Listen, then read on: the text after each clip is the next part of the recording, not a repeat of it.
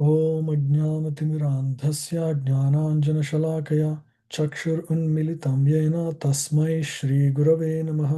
श्रीचैतन्यमनोभीष्टं स्थापितं येन भूतले स्वयं रूपा कदा मह्यं ददाति स्वपदान्तिकम्।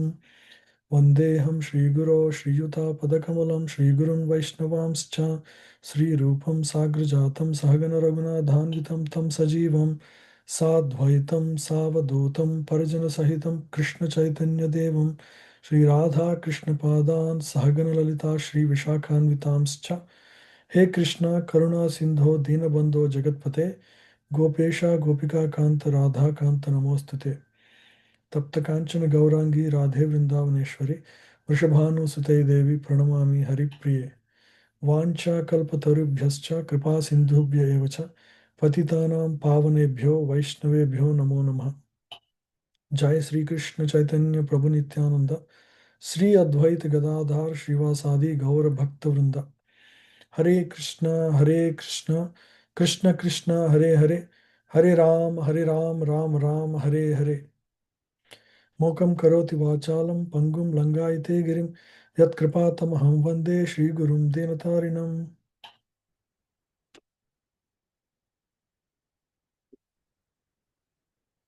Hare Krishna will continue the second chapter that we are studying.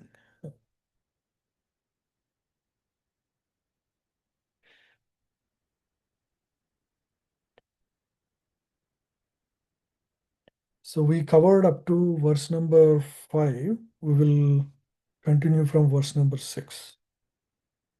If you all recollect, uh, we completed chapter 1, the setting the scene and the assembly of Pandavas and Kauravas in the battlefield of Kurukshetra, eager to fight.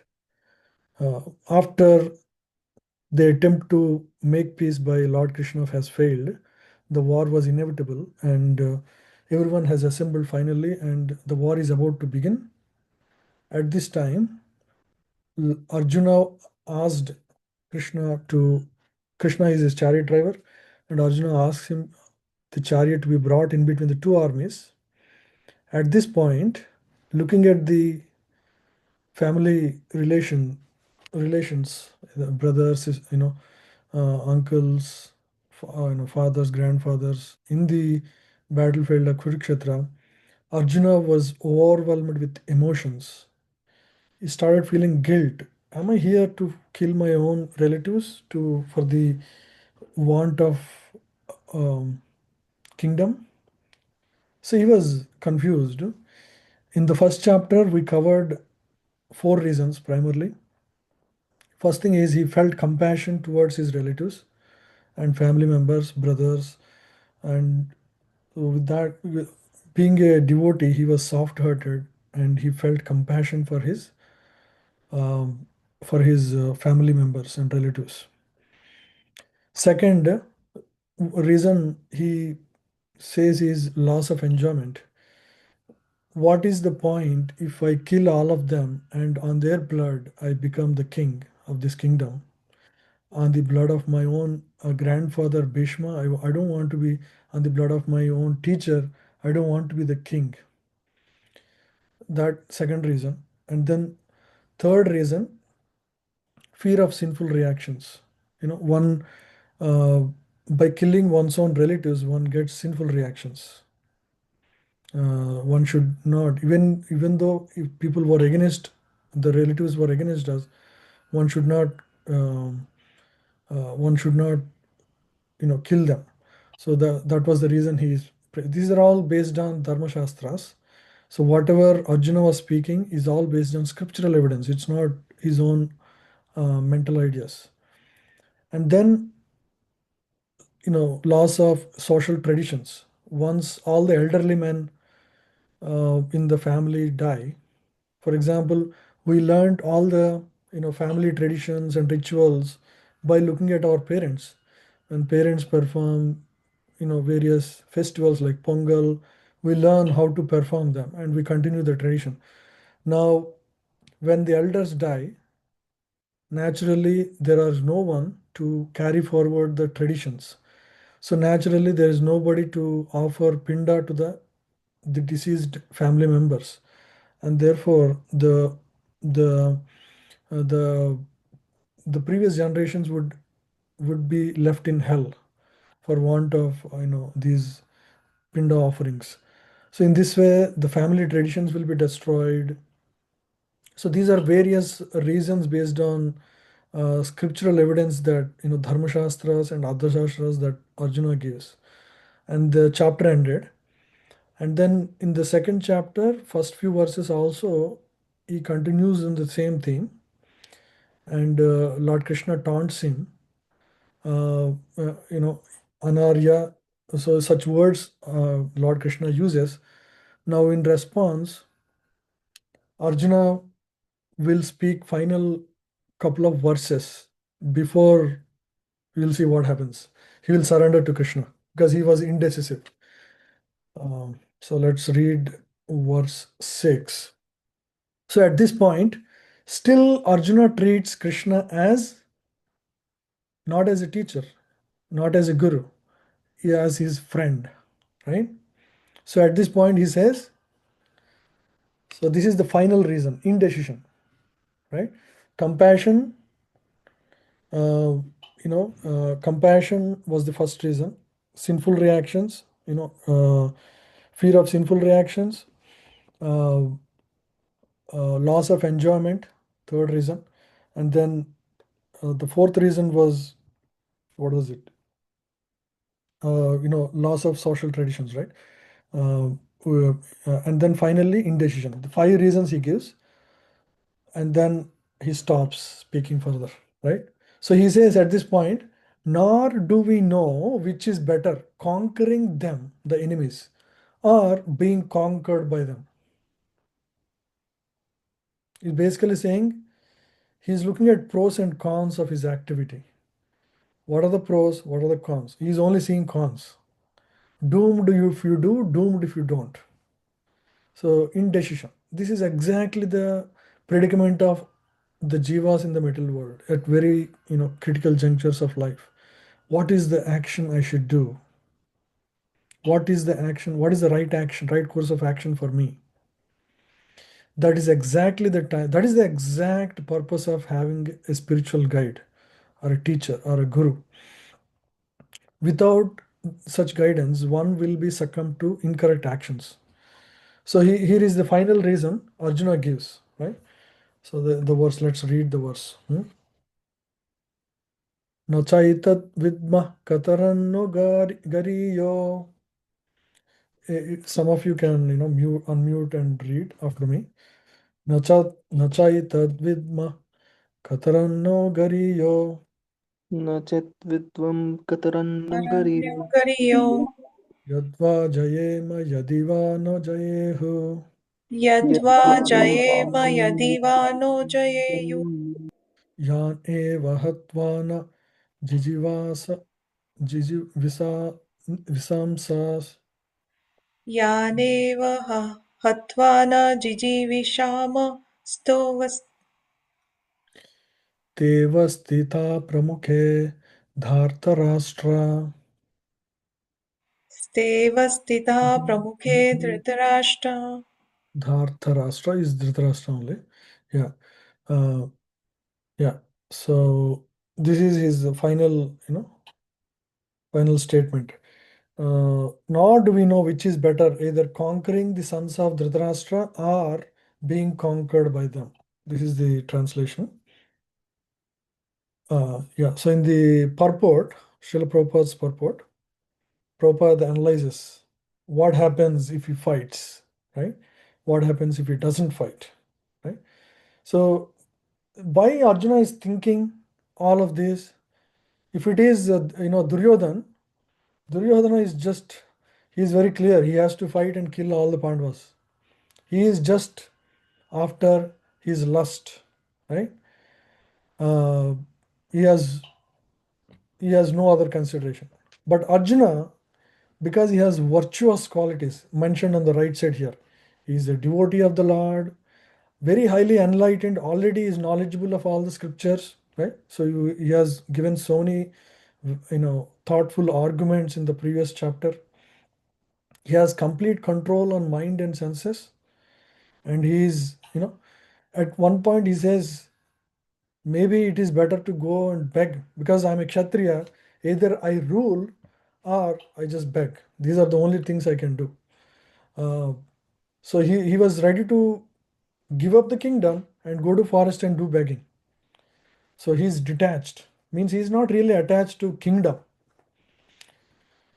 And strong faith in Krishna's instructions, right? He has faith. That's why he's asking these questions to Lord Krishna. Hmm? So these qualities make him quite fit for liberation. Right? Such people who have such qualities, like very highly enlightened, knowledgeable of scriptures, detached, these are, like qualifications for one who is on the path of liberation. Yeah. So he has full control on senses. He is not driven by senses like Duryodhana. Yeah. So now, what are the choices he has? What if he fights? If he fights, there are two things that can happen. He can win, in which case he'll be, you know, he can win, become the king, but unfortunately cannot enjoy because all his relatives are dead. But on the other case, he may lose. What happens if he lose? Yeah, uh, he loses all his own brothers. Everybody is dead. No enjoyment. I mean, like he thought like that, but actually, those who die in a battlefield will go to heaven. He didn't say that way, but in this world, he's speaking, of this world. He's going to die, and there is no enjoyment by that. On the other hand, if he refuses to fight, the only option, because he's a Kshatriya, Kshatriya has to rule by his dharma, right? By his physical dharma, varnashrama dharma. Uh, if he doesn't fight, the option is to go to forest, leave the country and go to the forest, and live by subsistence, or depending on others, right? So for a kshatriya, it is very difficult because when you go to do madhukari or begging, not everybody gives first thing, and in spite of giving, not giving, people use bad words. Hey, you look so strong. Why are you begging? Go do some job, like that, right? And being a kshatriya, he may succumb to anger.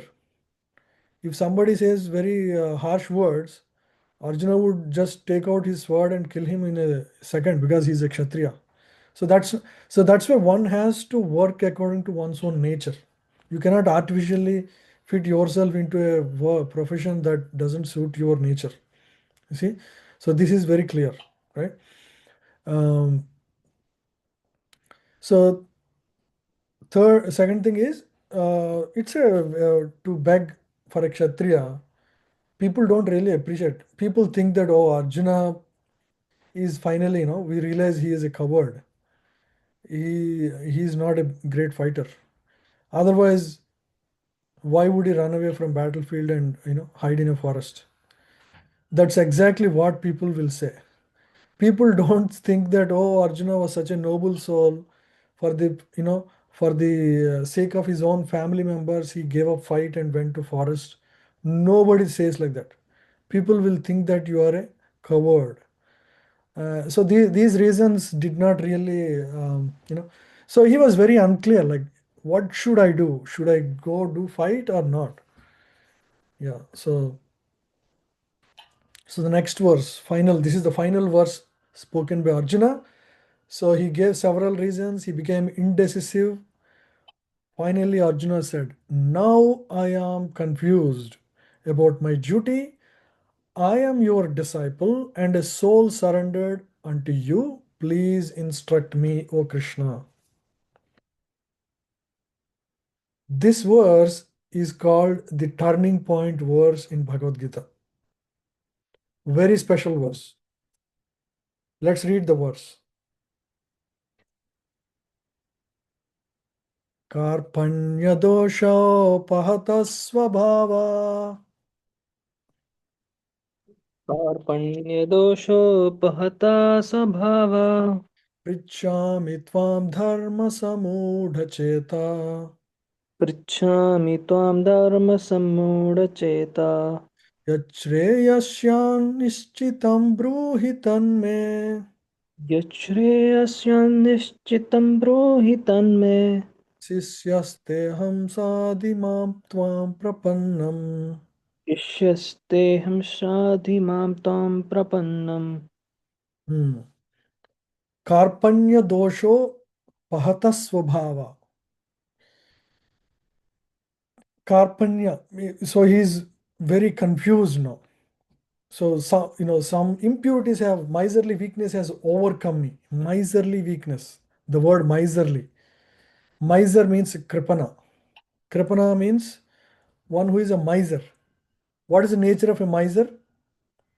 If you know, a miser is a person who has enough resources but he doesn't use for the right purpose. Right? He has so much money, but at his home he would live like a person doesn't have anything, right? What is the use of having wealth when you don't use for the right cause? When you have wealth, it is meant to be used for the right cause. So similarly, all of us, we all have, by good fortune and God's grace, we all have human body. But if we do not use this special provision that God has kindly given to us for the right use, which is to realize the supreme absolute truth, if we do not use, we are called also misers. Yeah. Prichami tvam dharma samuhuda cheta yat shreyashan nishchitam bruhi tanme. So I am very confused about what's my duty, and you tell me what is best. Yat shreyashan nishchitam bruhi tanme. What is, you tell me what is the best. I am Sisyasteham sadhimam tvam prapannam. Sisya means student. Aham means me. Sadhimam tvam prapannam. I am surrendering unto you. You, prapannam means surrender. I am surrendering unto you. You tell me clearly what is best for me. I don't know what is right. Until now, I am talking to you like a friend. Friendly talks will not result in any good conclusions. If you have a real serious problem, friendly talk with your friends, trying to get some suggestion to do what's best will not generally help. One has to surrender to a proper teacher and take guidance, spiritual guidance, and follow that sincerely. That is when one solves his real problems. Okay. So this is not the case only with Arjuna. Arjuna was immensely capable physically. He is the best archer in the world at the time. He is noble in his qualities. He has great parentage and he has great all powerful brothers. But even he was succumbed to this kind of confusion.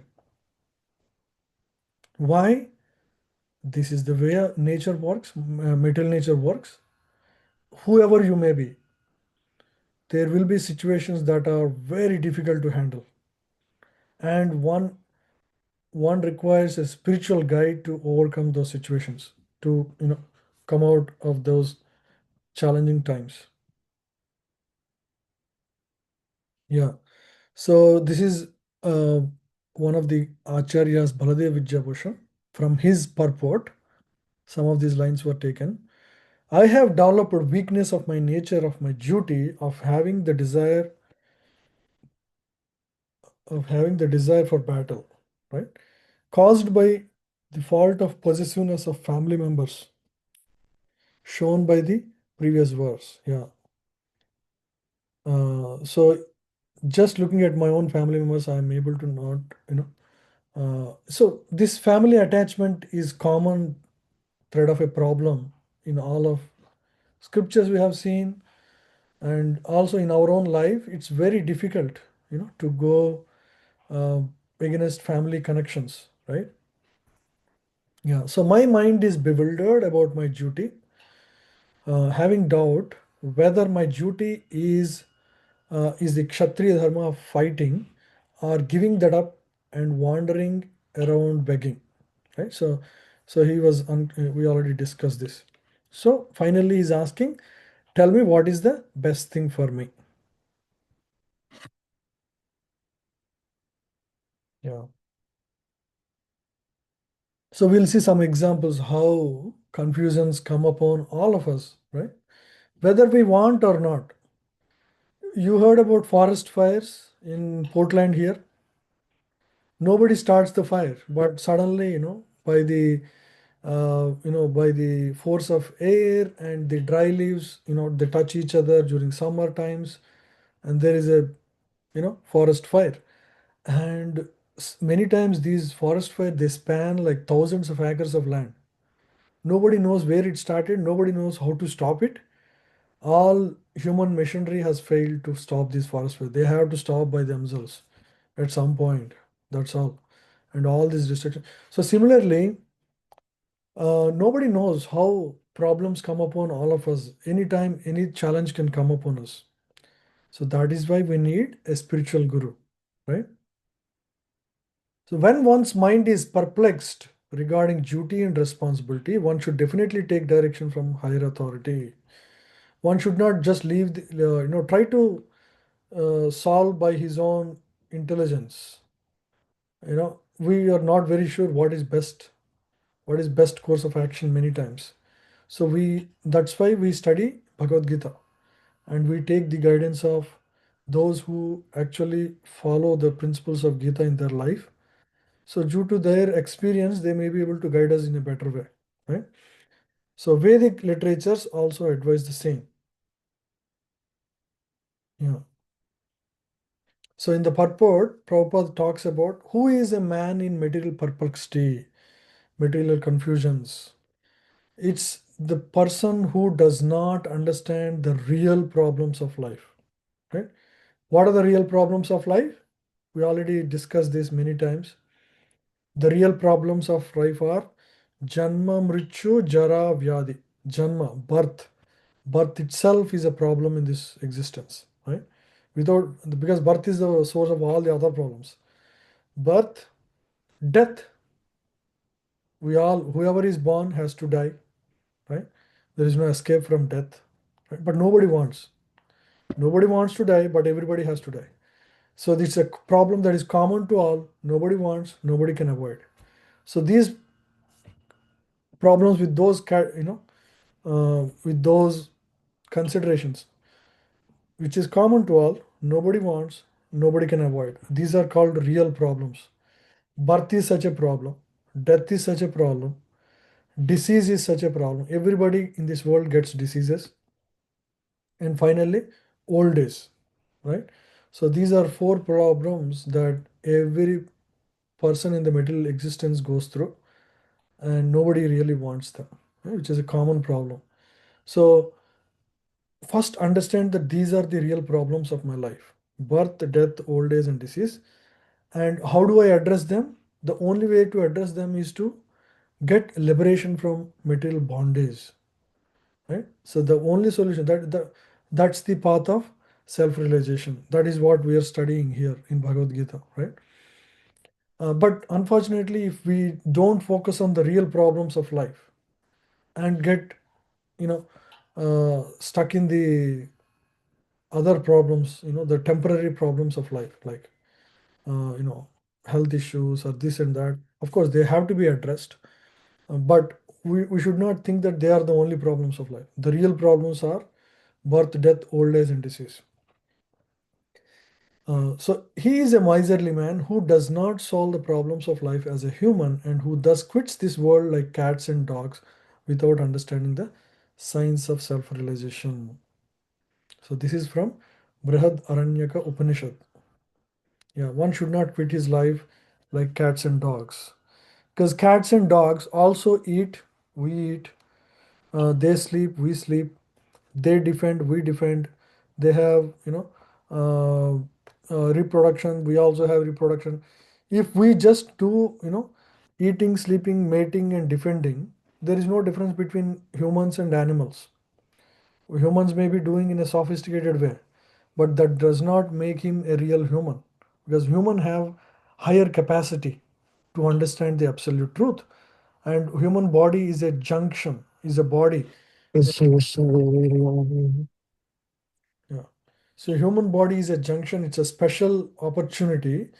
One can get rid of the real problems of life, the birth, the death, old age, and disease, and one can solve uh, these problems and not have to return to this material existence, which is full of these problems, right?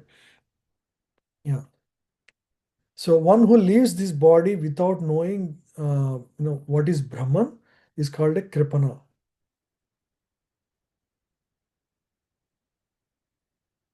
Yeah, we already discussed this.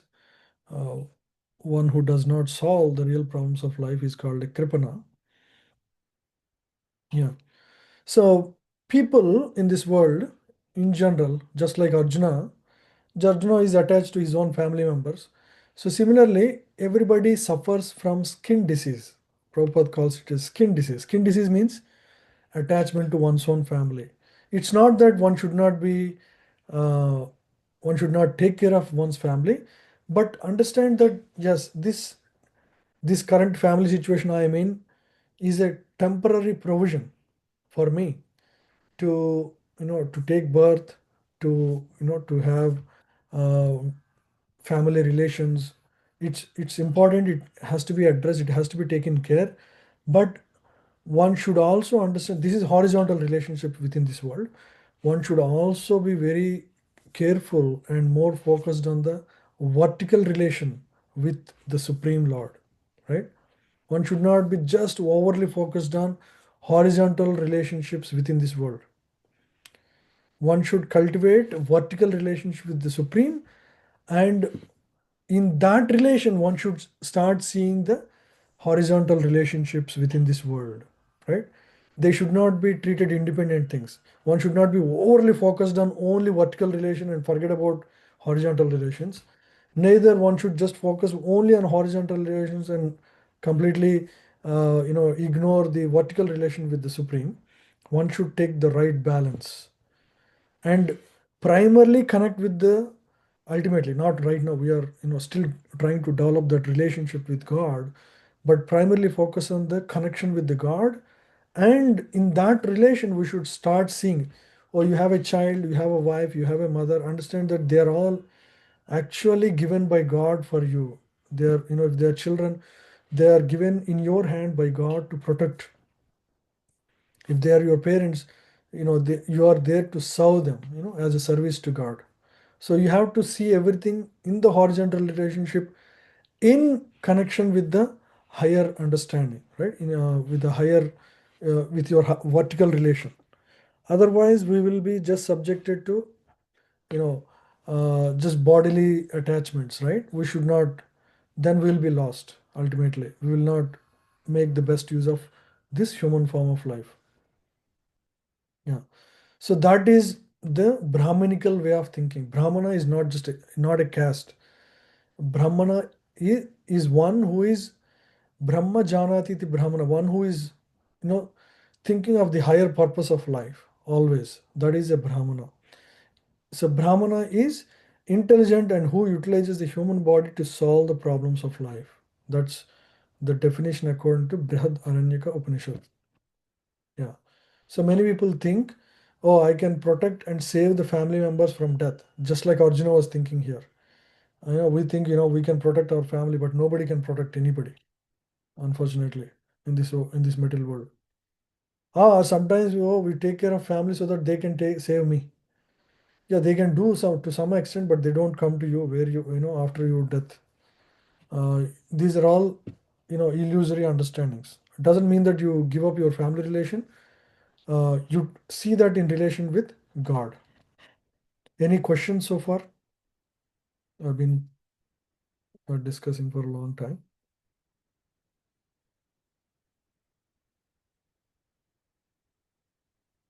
Yeah,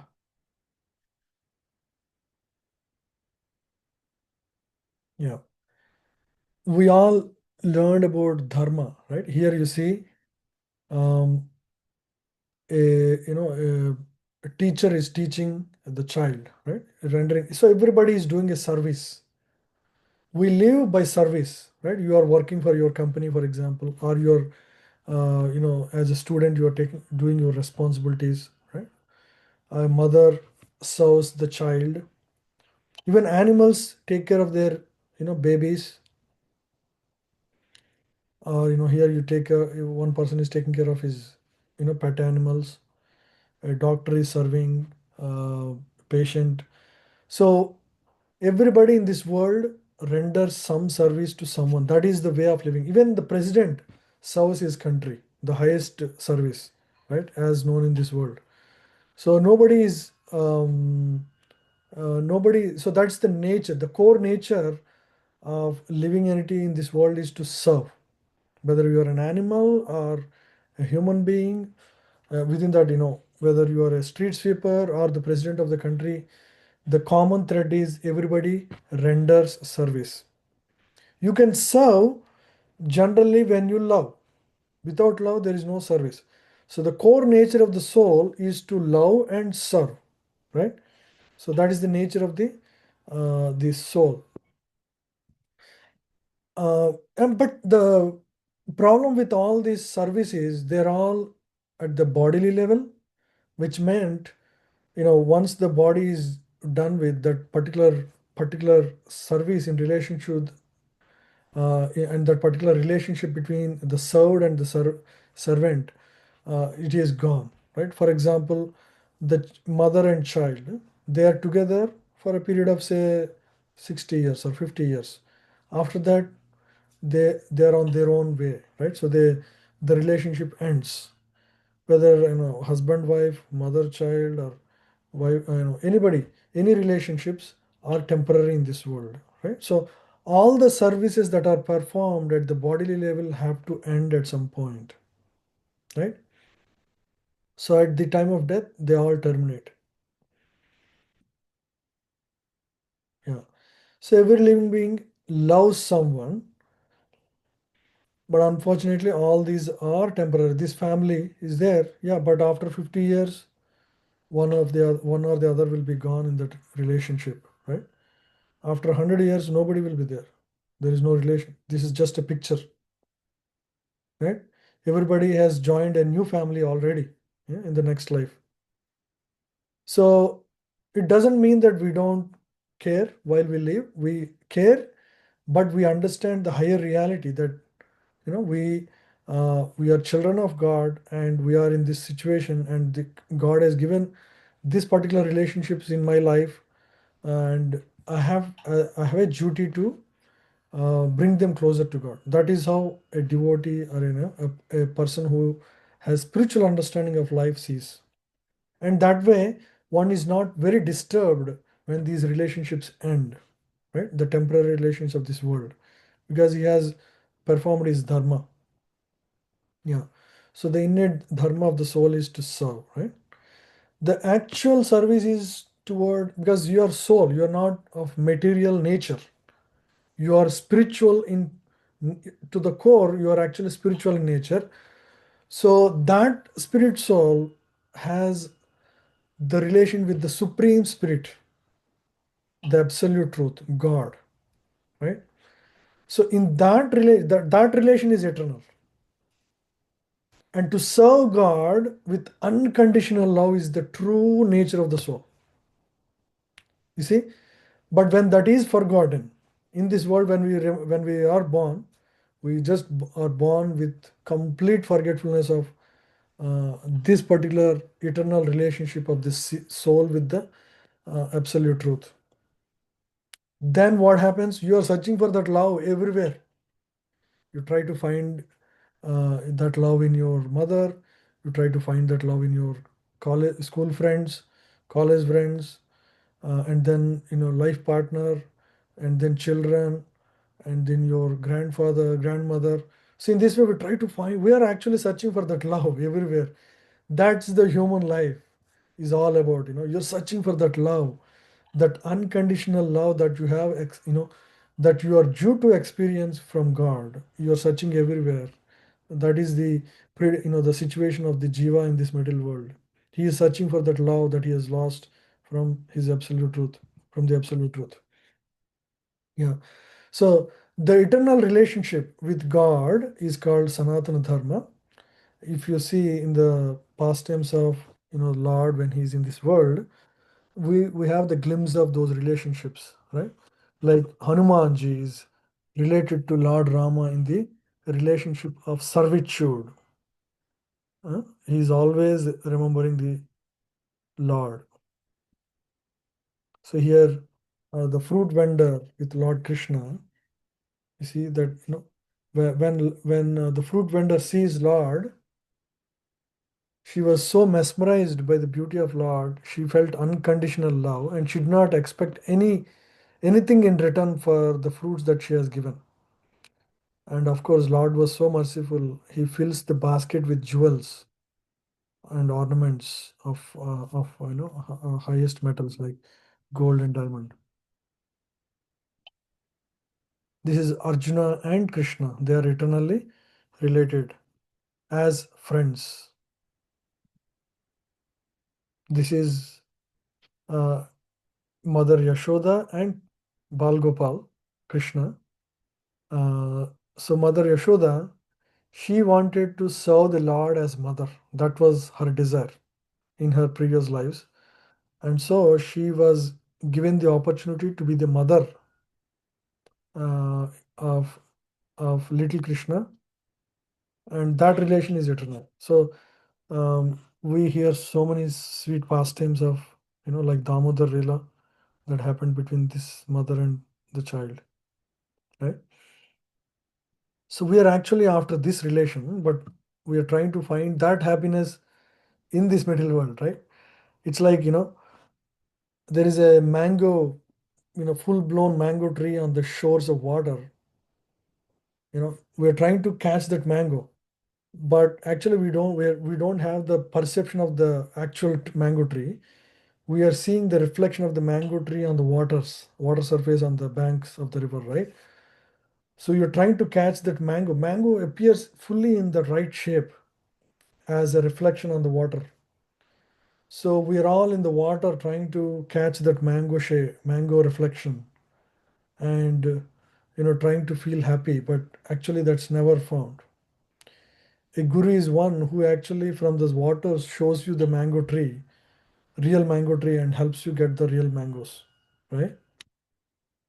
So in this middle world, that experience we cannot get anywhere outside the relation of God. Yeah.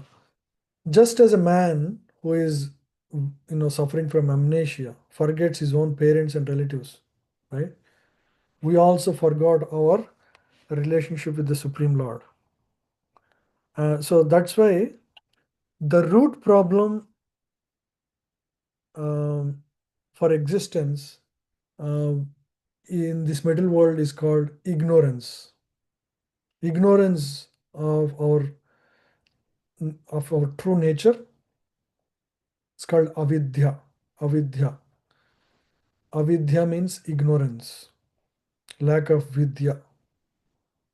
The root cause of all suffering is avidya. Avidya means to forget one's relationship, one's own nature, that he's spiritual in nature and he has a loving and serving relationship with the absolute truth, the Supreme Lord, right? Yeah.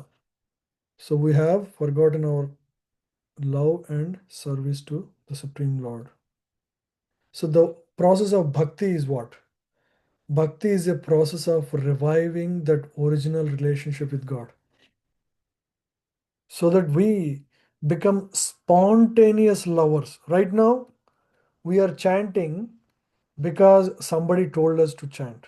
We don't have the actual taste for chanting the holy name. We're all chanting because our guide, our teacher has told that it is good for us to revive. Theoretically, we know this is good, and so we are chanting. but actually that is not, you know, that is not the state we want to stay in forever.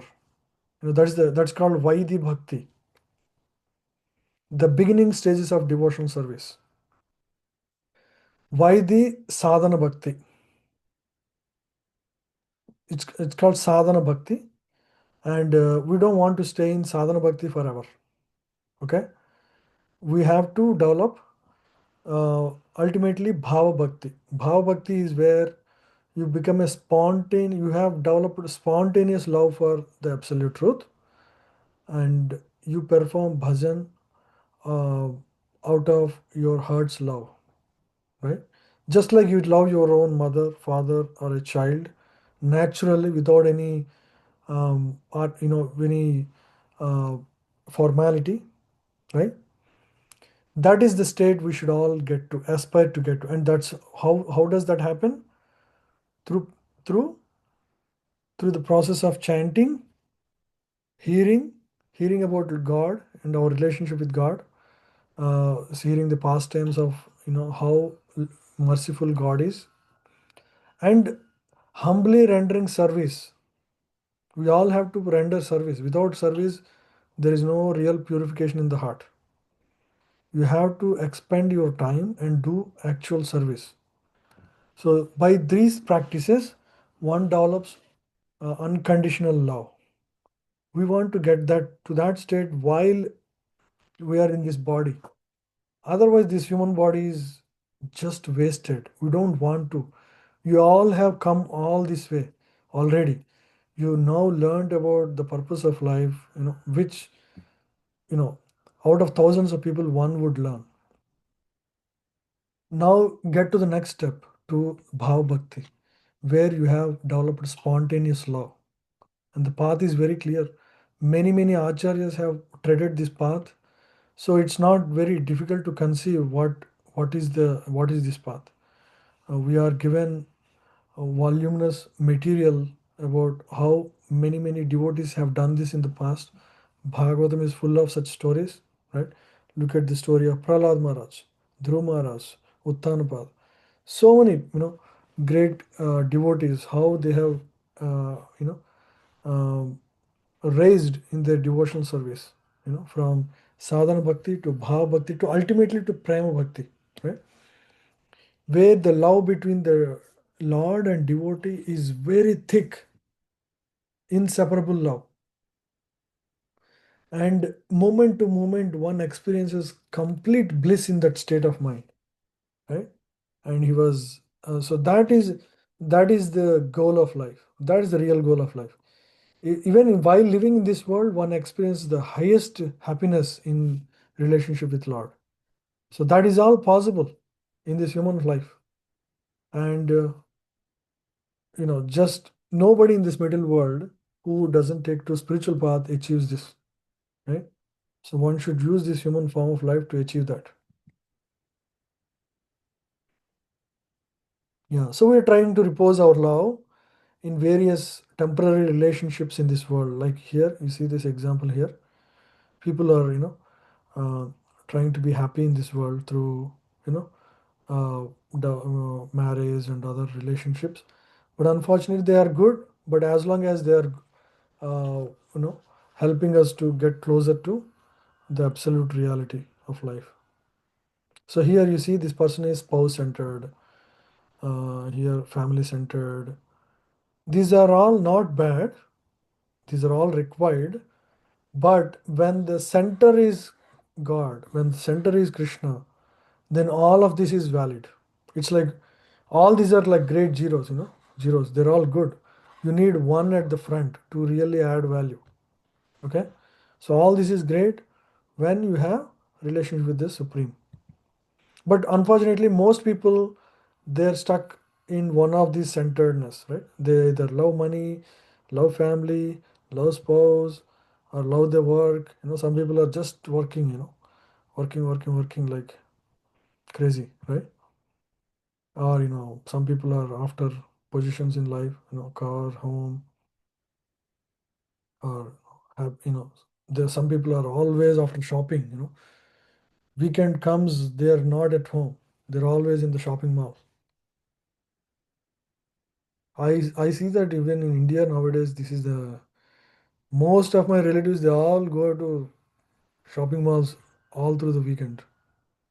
So this is the culture everywhere now.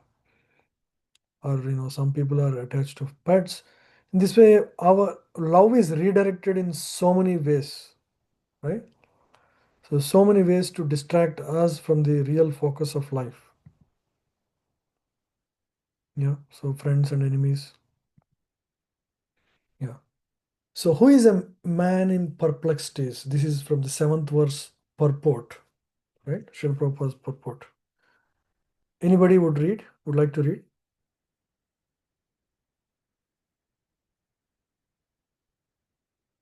Keshav, yeah. I can read. Sure. By nature's own way, the complete system of material activities is a source of perplexity for everyone. In every step, there is perplexity, and therefore it behooves one to approach a bona fide spiritual master who can give one proper guidance for executing the purpose of life. All Vedic literatures advise us to approach a bona fide spiritual master to get free from the perplexities of life, which happen without our desire. They are like a forest fire that somehow blazes without being set by anyone. Similarly, the world situation is such that perplexities of life automatically appear without our wanting such confusion. No one wants fire, and yet it takes place and we become perplexed. The Vedic wisdom therefore advises that in order to solve the perplexities of life and to understand the science of the solution, one must approach a spiritual master who is in the disciplic succession. A person with a bona fide spiritual master is supposed to know everything. One should not, therefore, remain in material perplexities, but should approach a spiritual master. Yeah. So this we have studied so far. So this complete system of material activities is a source of perplexity for everyone. It means that everybody will go through many critical times when they have to make decisions. And at that time, uh, we should take shelter of a, a very well guided spiritual teacher, right? Ideally, a spiritual master. If he is not accessible, at least somebody who you believe would be able to help you. One should take guidance from him so that our actions are guided by Krishna. Ultimately, Krishna only guides through them. It's not like the guide is special. He is getting his guidance from based on his study of scriptures and the wisdom of Krishna, right? So one should not just struggle on his own while being challenged by the perplexities of material existence or material activities. Yeah. So here, Dhritarashtra, what was his problem? He was materially attached to his own son. Somehow or other, he wanted to make him the king. That was the problem.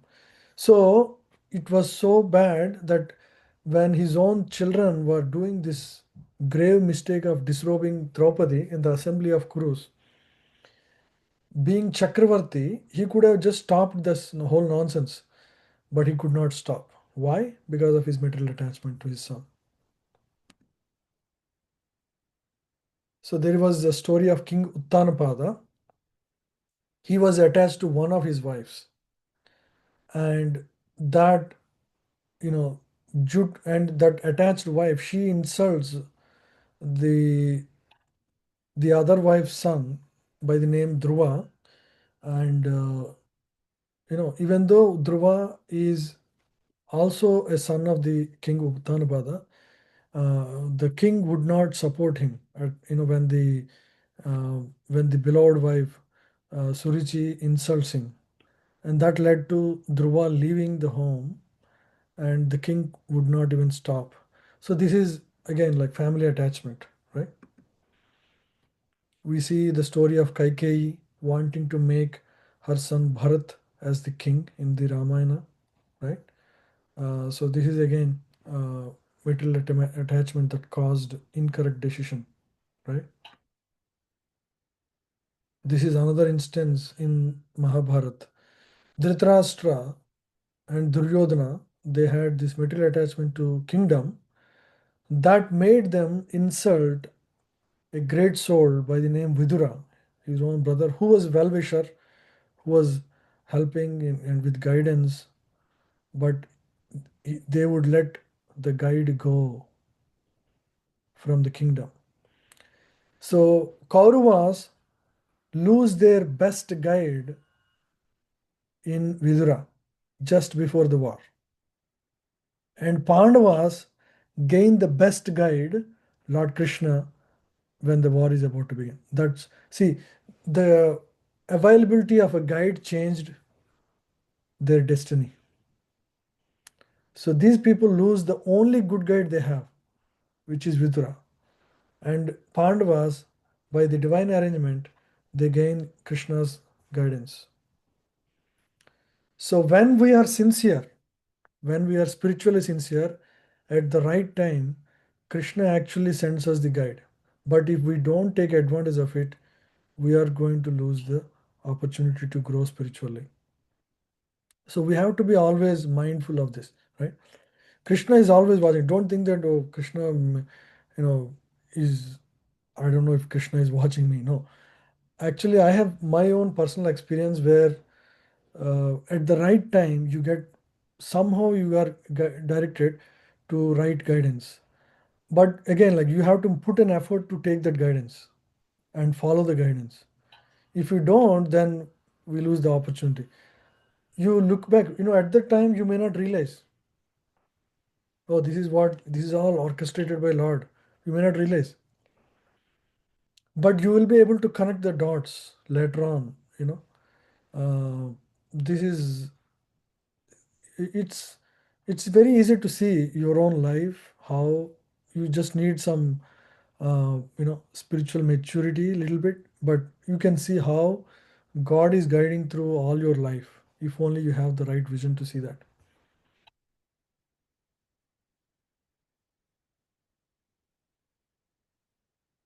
Yeah, so here, this is, guess who is this? Anybody guess? Kamsa? Yes, Kamsa. Kamsa, correct. So Kamsa, right after marriage of Vasudeva and Devaki, he was, though he was king, he was ready to become a chariot driver to drive, his sister, uh, um, to, to Vasudeva and Devaki, to their kingdom. But unfortunately, Akashvani tells him at the time, "Oh fool, you are carrying the father of your killer." you know and his mind immediately changes. He want to right away kill her sister at that moment. Somehow Vasudeva gets the intelligence to stop. My God, like, this guy is just driving the chariot till now out of love for his sister. Now again it turned to be a killer when it when the question comes to his own life. So Vasudeva guides him, tells him that, oh, don't worry, as soon as a child is born, I'm going to give it to you. That is how Vasudeva promises, because he had to protect his wife. They are just married. Did not, you know, he was bewildered what happened, right? So this material attachment to one's own body makes Kamsa, ready to even kill his own sister right after his, marriage, her marriage. Yeah, even Arjuna was bewildered by his attachment to his relatives, right? Middle bodies. So we see this often in our own lives also. Sometimes, you know, a man is bewildered. Uh, sometimes we see that, a man is attached to his mother, right? And suddenly there is a difference of opinion between wife and mother-in-law. And the question is, how are you going to handle the situation, right, as a husband? If you side with wife, mother will be upset. If you side with my mother, wife will not leave him, so it's these situations are very common. Huh? You see, this person is being pulled on both sides, mother or wife. So one has to understand very well how to satisfy each person. That is how Vedic wisdom teaches. For example, when Uh, when Vasudev got the children, um, he would give profusely to relatives as well as his own citizens, many things, when he was married. And his wife or his own, they would not be disappointed because he would take care of everyone properly, right? So that is how what Vedic wisdom teaches. Vedic wisdom teaches you not to be too attached to one thing, one-sided view. So you know how to satisfy each person and handle them accordingly, so that nobody's um, nobody's left disappointed. If you take care of your mother according to her needs, and if you take care of your wife, at least they trust you, and uh, there won't be situations where like this, right? So we will learn all those things, when we pursue spiritual knowledge sincerely. Sometimes parents in perplexities on how to raise the child. Many times there are differences of opinion between wife and husband on what is right, or sometimes there are doubts on relationships between wife and husband, right? This is often happens. This is the cause of all divorces of all the billionaires, most of them, because uh, they have cheated on their relationship, or things like that. This is very common in today's society. So we need guidance. Yeah. Being intelligent, Arjuna could understand that his affection for family members and his wish to protect them from death were the cause of his perplexities. Although he could understand that his duty is to fight was waiting him, still on account of miserly weakness he could not discharge the duties. Yeah. So he could not engage in his duties, and now he became serious, stops the friendly talks, and accepts Krishna as his spiritual teacher. Hmm. Now, the question is, okay, now you accepted a teacher, but how do you approach him, right? So we have to approach in the proper mood. Then only you learn the subject well and apply the wisdom that you gain, right? Tad vijnanadham sagurum evabhigachet samit prani strotriyam brahmanishtam. Yeah, so the translation is, with the attitude of service, one should certainly approach the Guru who had knowledge of Vedas and is fixed in Brahman for gaining knowledge of the Lord. Right? So for gaining the knowledge of Lord, one should approach the spiritual teacher, master. Yeah, and the teacher should be fixed in knowledge of Vedas.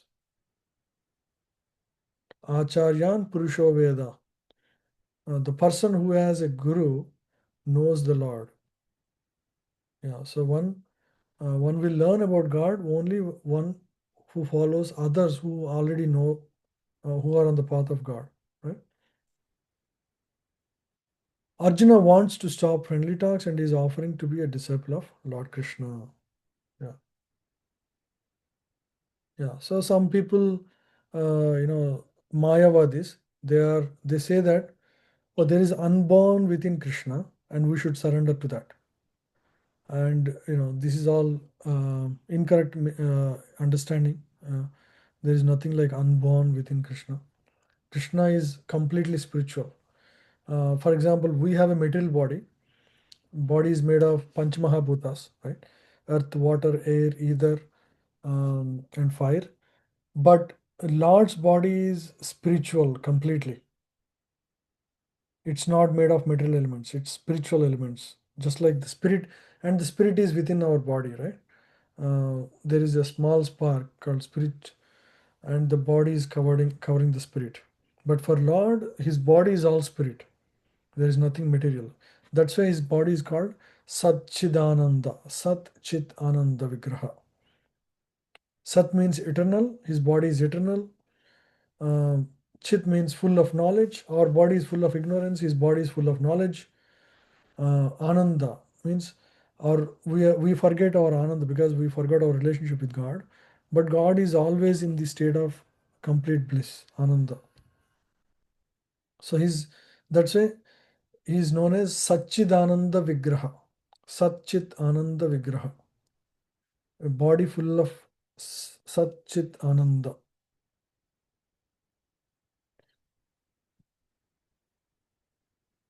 Yeah. So at this point, so he surrendered and accepted Krishna as Guru.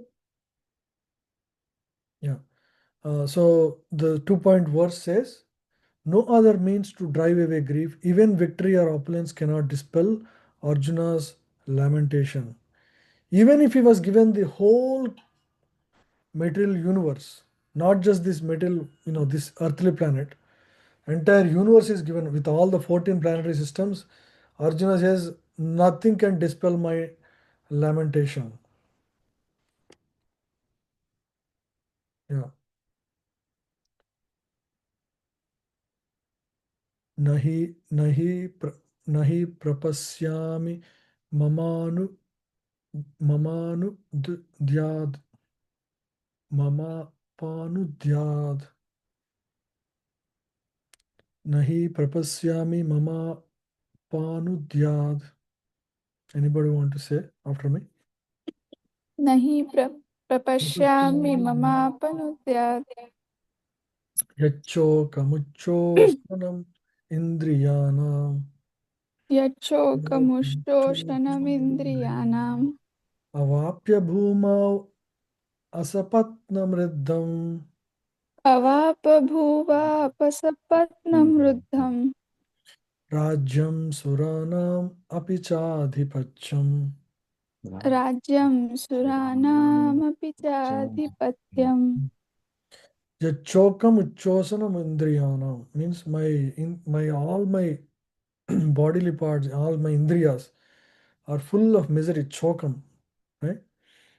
And Rajyam Suranam Apichabhitapacham. Even I am given uh, the kingdom of all the universe, this misery will not go away. So that is what is said here. Yeah. I do not see. So this is from Vishwanath Chakravarti Thakur's purport. I do not see even one person at all in all the three worlds except you who can remove my sorrow.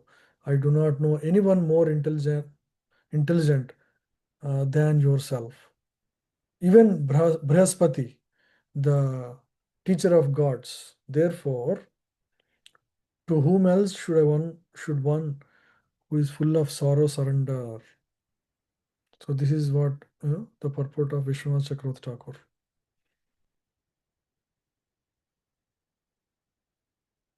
Yeah.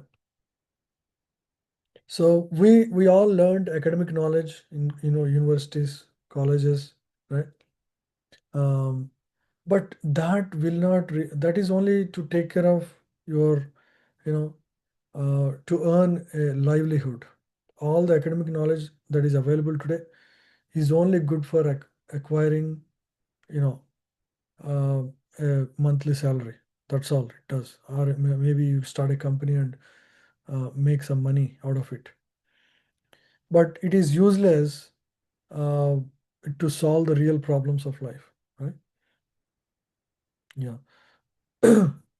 So Arjuna's arguments with knowledge of moral and religious codes did not help him. Yeah. So one needs a guru, and guru should be 100% Krishna conscious or God conscious. And there is no limit whether who can be a guru. Keba Vipra, Kebanyasi, anybody, doesn't matter whether he's a Brahmana or a Sudra, as long as one has developed full surrender to God, he can become a guru, right? Must be a master of Krishna consciousness. Yeah. So all the economic development that the world is after in today's world, everybody is after economic development. Even worldly supremacy cannot solve these problems, real problems.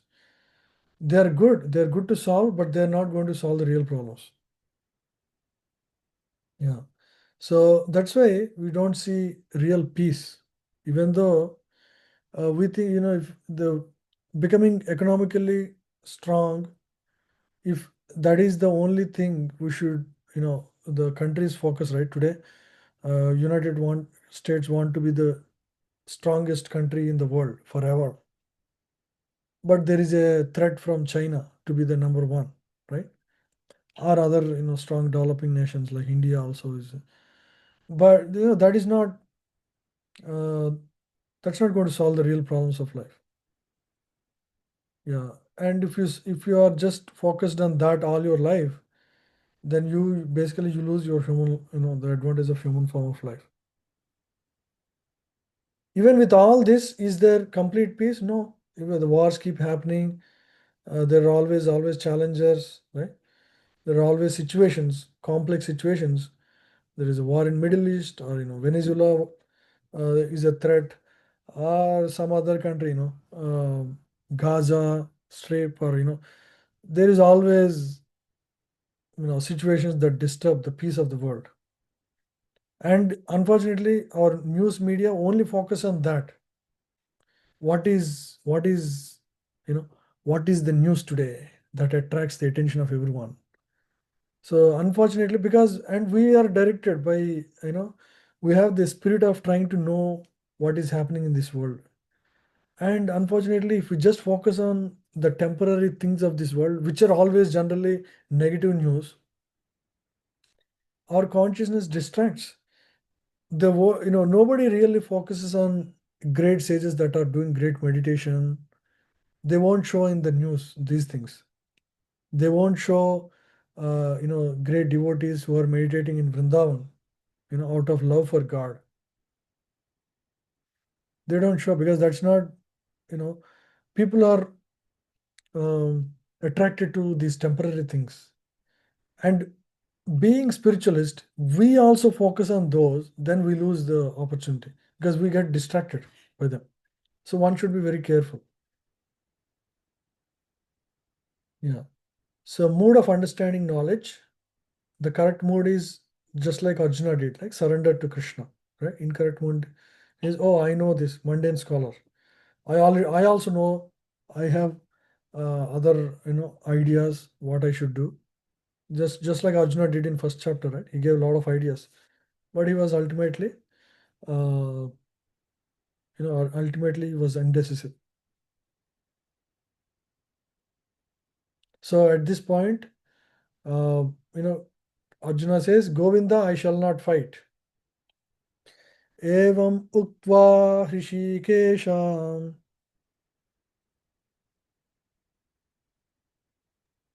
एवमुक्त्वा ऋषिकेशं gudakesha parantapa Gudakesh परन्तपः nayotsa iti govindam न स गोविन्दाम् uktva tu tushnim bubhuvaha.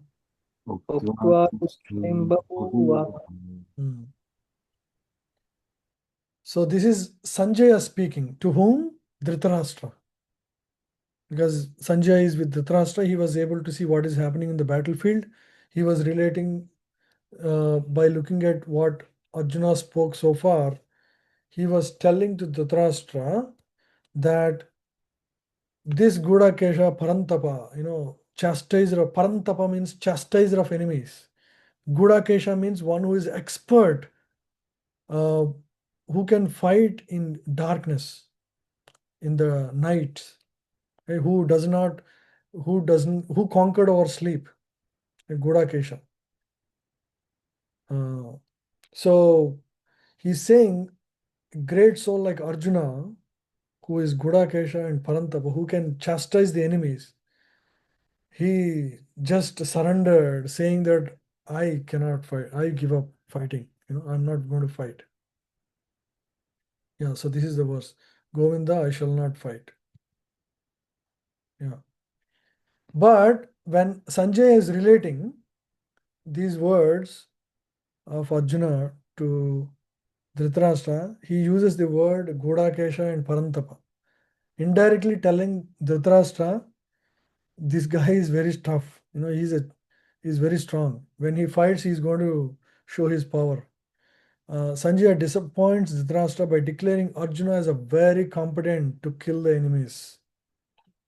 Yeah, Sanjay informs Dhritarashtra that Arjuna was temporarily overwhelmed, but has now surrendered to Krishna. So it's just matter of time that he is going to fight. So that's what Sanjaya tells, right? So when we are in confusion, the whole point, the key lesson here is when we are in confusion, don't just struggle to solve by your own efforts. There is nothing wrong in taking guidance. Surrender. Surrender. By surrender to one, you gain the blessings and guidance of Lord Krishna through that guide. It's not that they are better or you're you're inferior to them. By surrender, we gain the blessings of Lord Krishna. So, three effects of surrender which manifest in Arjuna are, and Arjuna was enlightened after hearing Bhagavad Gita. His false lamentation on the because of bodily attachment, he is freed from that, right? And he was reinstated in his duty as a Kshatriya, right? He will fight. So these are the three effects of surrender to Lord Krishna. Yeah. Now Krishna suddenly smiles at Arjuna. Arjuna was look at Arjuna, he's crying, there are tears, and Arjuna is actually smiling here. It looks because why he smiles? Any ideas?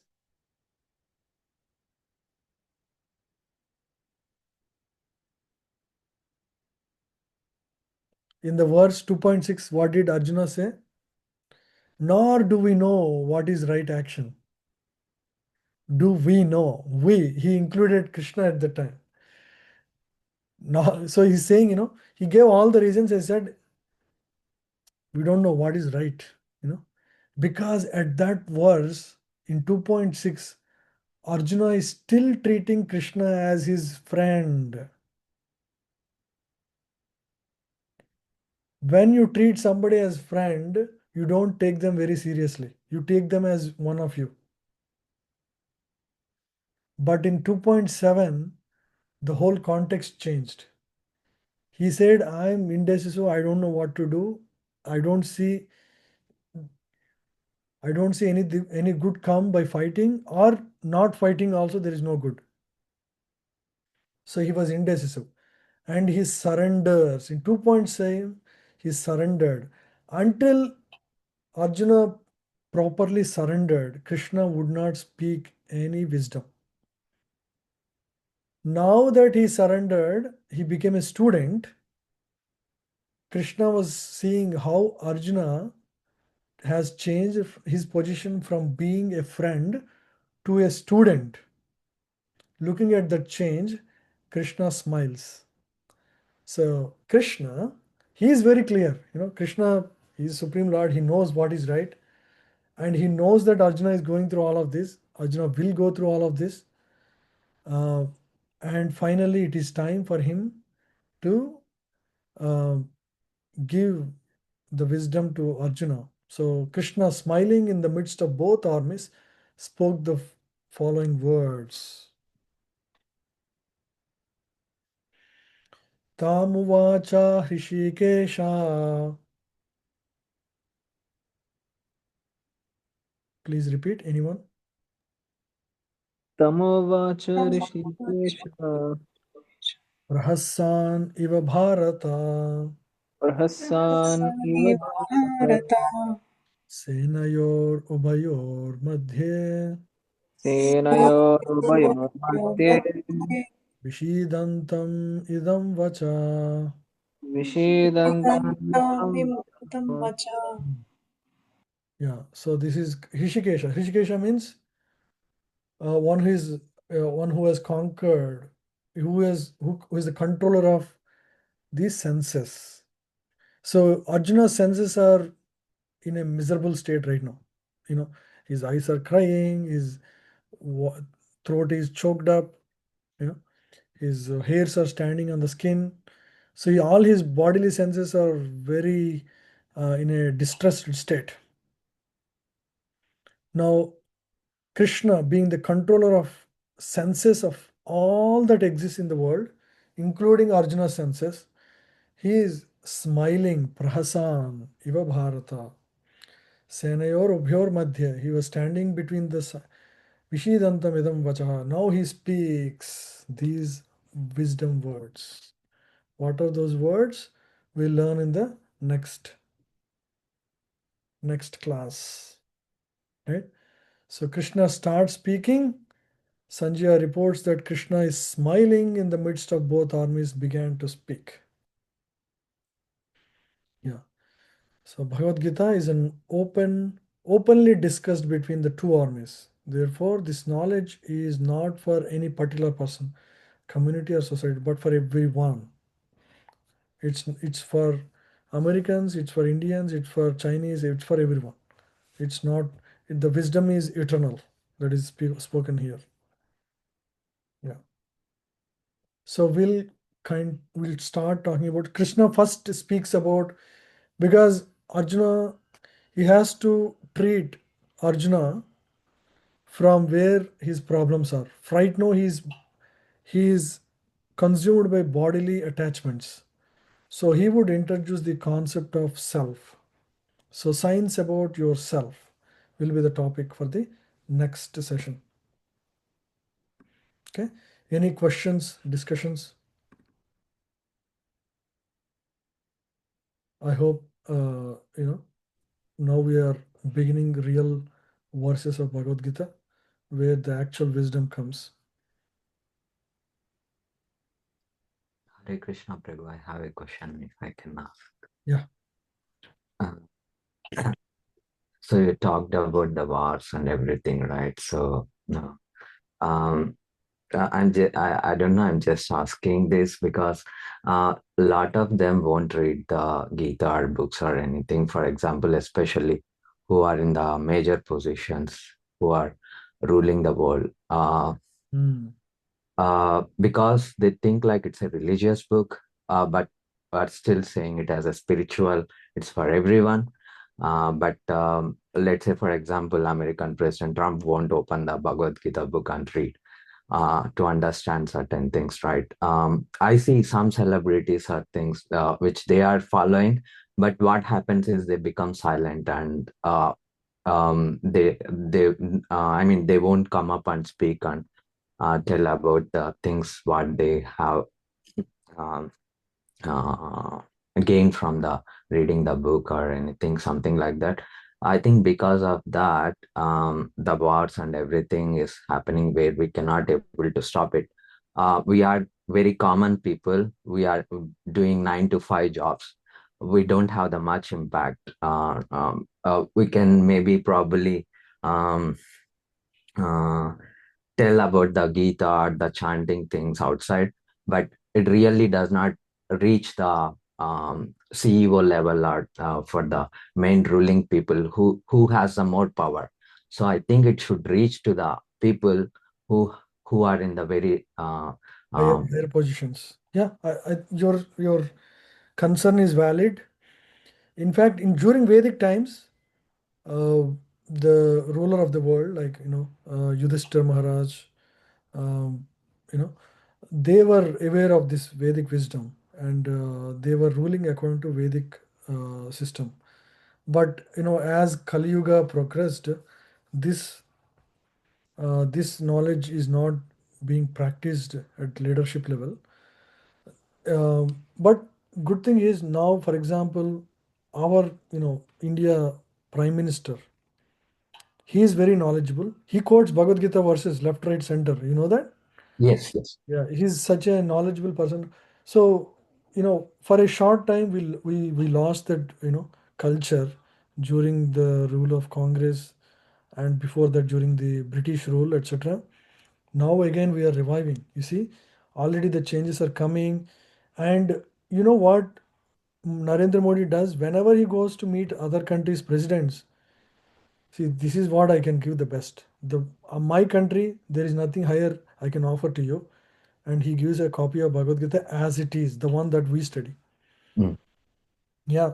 So the change is coming, and he has given, I heard he given like 30 or so already to presidents, various countries presidents. So we pray that this transformation would come in the world at large, and that brings auspiciousness to everyone in all the countries. Many countries, many country leaders are spiritual. They may not be exactly following Bhagavad Gita. They have Torah, or there are other religious texts which are not as deep as Bhagavad Gita in their treatment of the spiritual subjects, but they do have wisdom of, like I heard that our president here, he regularly studies Bible. uh, Mm.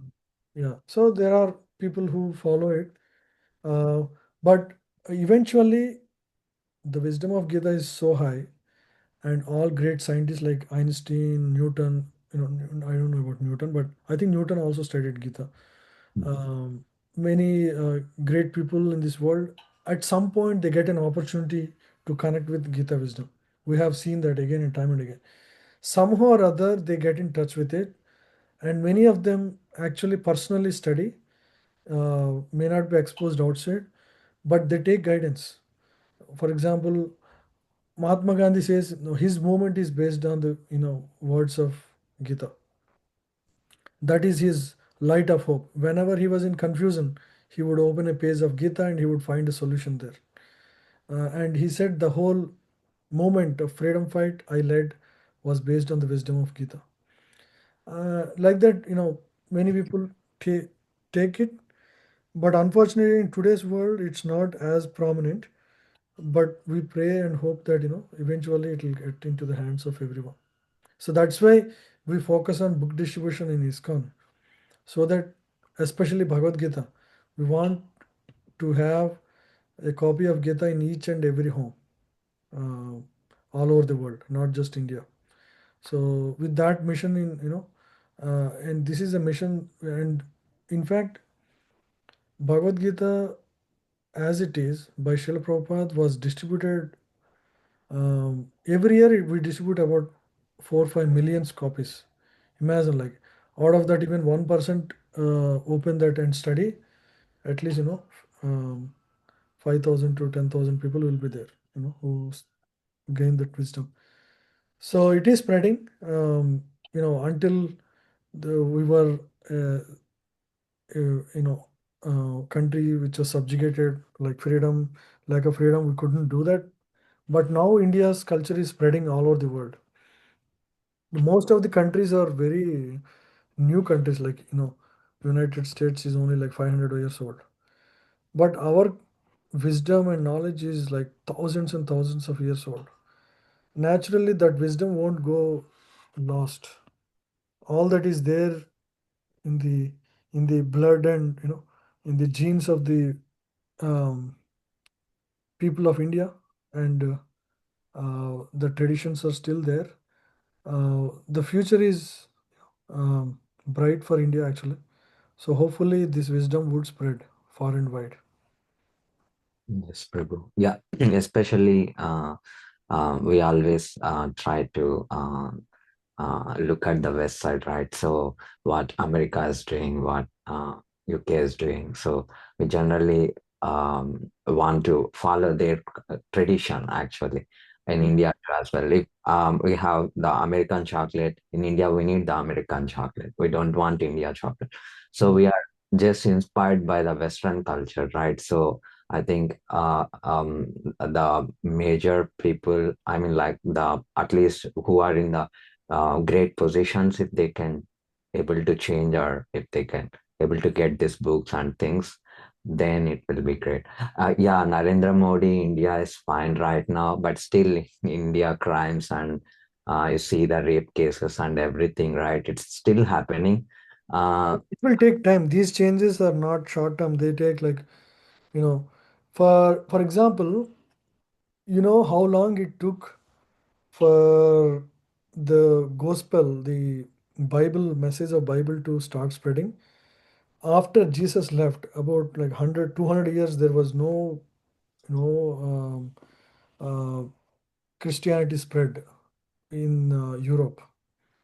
It took like 200 years. But then afterwards, it was revived in like by 1,000 years. It was spread all over the Europe. And then it came to when America started. Americans adopted, and then Middle East and even India in last few hundred years. Even in India, it is spread. So it takes time. These are long cycles. They take hundreds of years. And Vedic wisdom, has not spread yet strongly, because almost like 1,000 years, the India was in India's overall time is not really good. It has gone through a very negative cycle for since the time of Mughals rules, right? Mm. Almost like 600, 700 years ago, till recently, until British rule. Mm. Now, actually, the future is great for India. So we'll see how it goes from here. And first, we have to adopt, right, our own. We have to Definitely. improve ourselves. We are like so low in corruption and uh, you know even yeah, a lot of things are not very good in India right now. Hopefully, that will improve. So Narendra Modi is including our wisdom in value education classes for children. So that movement is also happening, and ISKCON is contributing heavily in that area. A Nice. lot of schools are adopting the material that ISKCON teachers have prepared. So hopefully, it will revive the whole generations, over a period of time. It will take time. These changes take decades to really come as effective, right? But we are on track now. At least, yeah. Yeah, it looks like we are seeing, right, Americans and everyone trying to Yeah, uh, even Americans go to, when yeah. it comes to matter of spirituality, most of the serious people go to India, because Mm. there they can find, just like, for technology, they all come to America. Mm. It's the epicenter of it. So for spirituality, it is India that is the epicenter, even today, even though it is not in the pristine form. Mm. But many institutes, especially ISKCON, is doing its best to revive the spiritual culture again in India. Okay. Okay, Yeah. it's already late. If no other questions, we'll end the call. I am looking forward to meeting you all in person. Just one more week and we will be in person. Okay. Thank you all very much. Thank you for joining. Hare Krishna. Hare Krishna. Hare Krishna. Hare Krishna. Thank you. Hare Krishna, Prabhuji.